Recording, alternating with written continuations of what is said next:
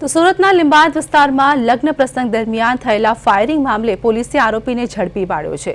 19 ફેબ્રુઆરીએ યોગેશ મારવાડીના પુત્રના લગ્ન પ્રસંગમાં ભાર્ગવ પાટીલ નામના યુવકે જૂની અદાવતના કારણે અજય ઉર્ફે પિન્ટુ ગિરાસે પર ફાયરિંગ કર્યું હતું। પોલીસે ટેકનિકલ અને હ્યુમન સોર્સની મદદથી આરોપીને મહારાષ્ટ્રના જલગાંવ જિલ્લાના 40 ગામમાંથી ઝડપી પાડ્યો છે।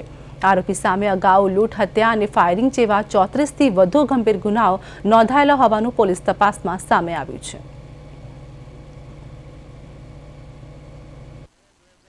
26 रोज सदर जगह योगेश मारवाड़ी नावाना दीकराना लग्न प्रसंग होय जे अनुसंधाने योगेश मारवाड़ी और तेमनो मित्र अजय उर्फे पिंटू रामसिंह गिरासे नाओ अहींया वातचीत करता होय ते समये सदर आरोपी आई गेलो होय તેમના ભાઈ તેમને એવો આરોપ છે કે સદર મરનાર આરોપીનો ભાઈ છે એનું મદદ થયેલું હતું જે અનુસંધાને અંગત અદાવતમાં તેમણે અજય ઉર્ફે પિન્ટુ ગિરાસે નાઓના ઉપર પોતાના પાસે રહેલ ગેરકાયદેસર કટ્ટાથી ફાયરિંગ કરેલું જમણા પગમાં ફાયરિંગ કરી અને જે તે વખતે ગુનાવાળી જગ્યાએથી નાસી ગયેલા।